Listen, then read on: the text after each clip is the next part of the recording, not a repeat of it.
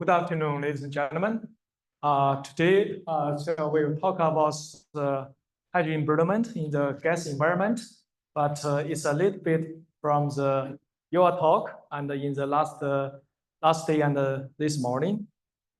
You will see how it's different.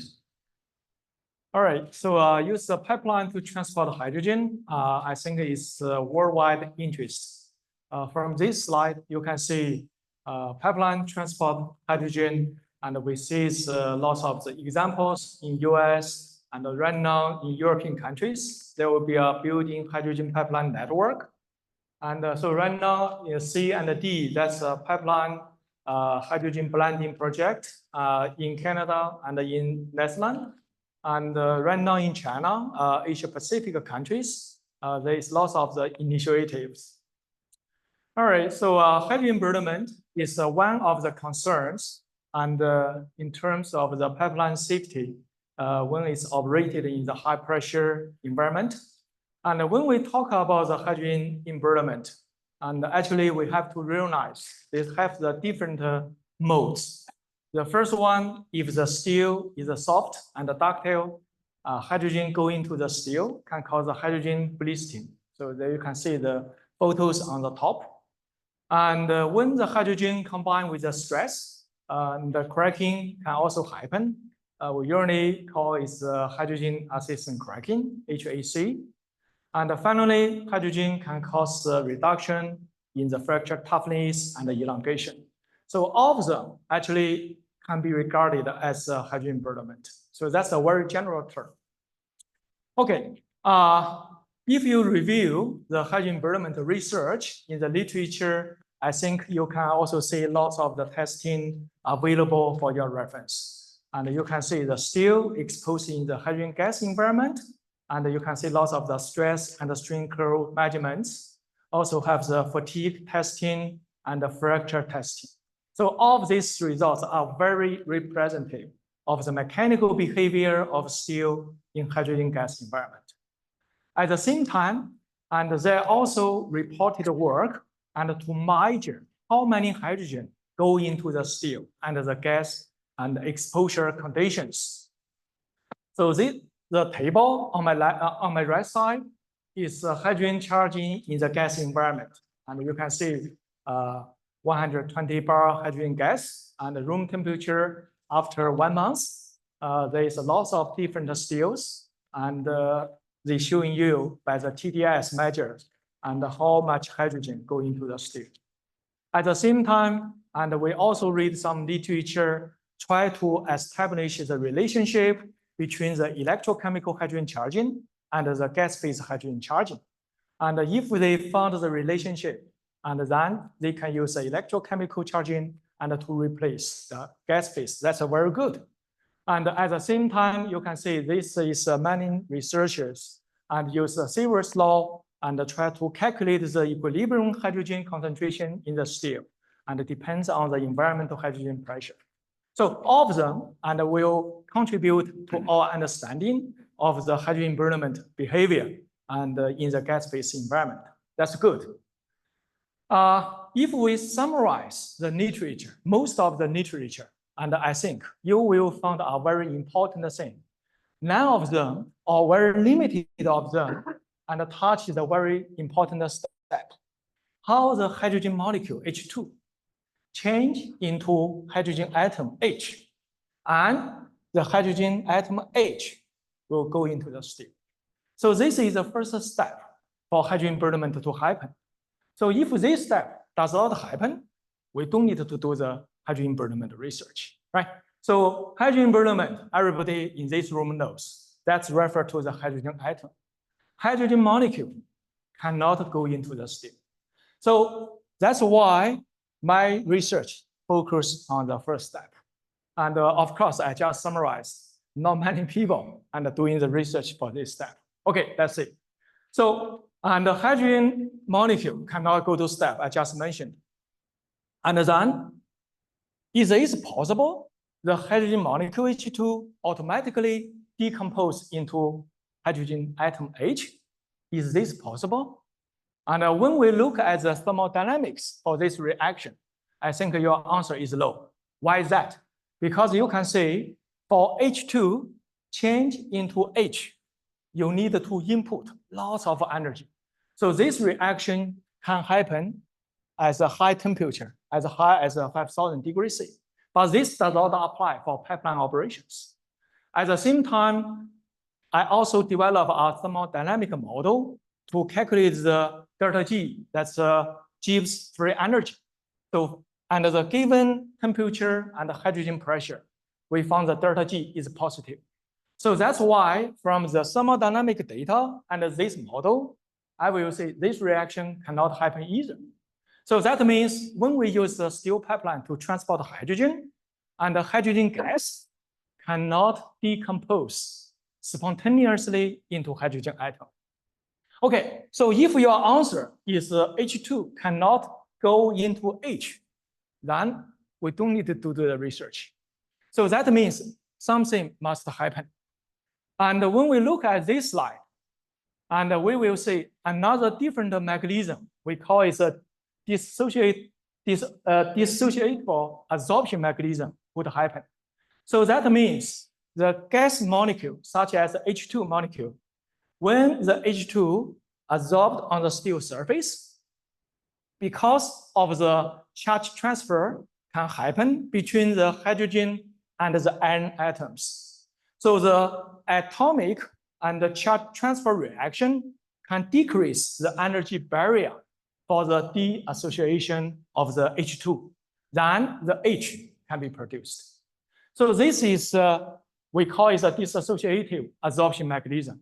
Then the question, under the pipeline operating condition, this mechanism will apply. If your answer is no, then we don't do the research. If your answer is yes, we continue. So then how to determine the answer? That's the same thing. We develop a thermodynamic model and to determine the delta G, that's a Gibbs free energy, if the dissociative absorption mechanism works. And under the pipeline operating condition, that's a pressure and the temperature and the hydrogen blending ratio, we found that delta G is negative. So that means what? That means that thermodynamically, H2 can produce H by the dissociative absorption mechanism. So that's why we continue, okay? That's why we continue. All right, so after thermodynamic analysis, we found that the H2 can decompose into H. Then the next question, where this reaction will happen? And it cannot happen randomly on the any surface of the steel. This reaction will happen from the following discussion only on some certain location. So this location usually have a no energy barrier for this reaction happen. Okay, the first one typically is a no index, the crystalline plane. For example, the Fe100. This is a low index plane. And on this kind of the planes, the hydrogen decomposition energy barrier usually is much lower. Okay, from this first principle calculation, and we determine if the H2 can decompose into H on the Fe100 plane, and then we determine the stable side for this reaction happen, and we can is 2F side, that's in the middle. That's a two-fold across bridge side. And on this and the configuration, the decomposition of hydrogen molecule, H2, will have the no energy barrier than to produce hydrogen atoms. So this is a reaction happen on the crystalline 100 plane. At the same time, we can also determine if this decomposition reaction to happen and how the charge will transfer between the hydrogen atom and the Fe atom. So basically, and I just quickly say, basically, if this reaction happen on the 2F side, the electrons on the Fe atom will transfer to the hydrogen atom. In this way, the hydrogen atom will have an increased charge density. So this transfer will make the absorption very stable. So then we answer the first important question. On the low index crystalline plane, such as 100, this reaction will happen to produce hydrogen atom and to form a very stable adsorption configuration. Okay, at the same time, we also know if the green boundary appear on the steel surface, this green boundary is active. If it is possible, this reaction will happen as a green boundary. Okay, with this question, we also analyze and calculate the energy barrier for the H2 decompose into H as a green boundary. But we do find this energy barrier is much lower compared with the crystalline surface. So theoretically, yes, the green boundary is much better side for the H2 decomposition into H. Okay, the same thing we can also determine, and if the side fall, and this is a very stable side for the decomposition to happen, there are 3 Fe atoms will contribute electrons to the hydrogen atom. In this way, the hydrogen adsorption is super stable. Okay, so that's a green boundary. Next question, dislocation. Dislocation is a defect, is also an active site. This reaction will tend to happen as a dislocation, and we also to do the simulation and the calculation. The answer is yes. And as a dislocation, and the H2 can adsorb stably and decompose into H. And we also characterize the charge density, the electrons transfer from the Fe go into H, and when the adsorption site is located as a core of dislocation. Okay, and finally, in addition to the green boundary and the dislocation, and I think many of the research in this room also study the hydrogen-induced cracking associated with inclusions, right? So this is a knowledge established already.